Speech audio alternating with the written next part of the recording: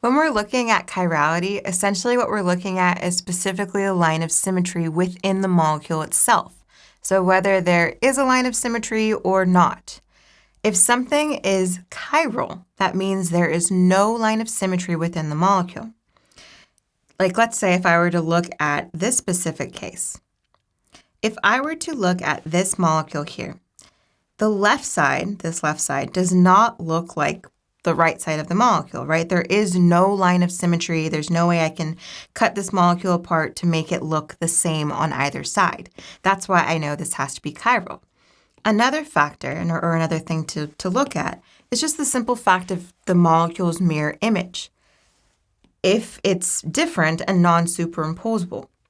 So the molecule's mirror image is going to be different. That's why there is no line of symmetry. However, if there was a line of symmetry, then its mirror image would be the exact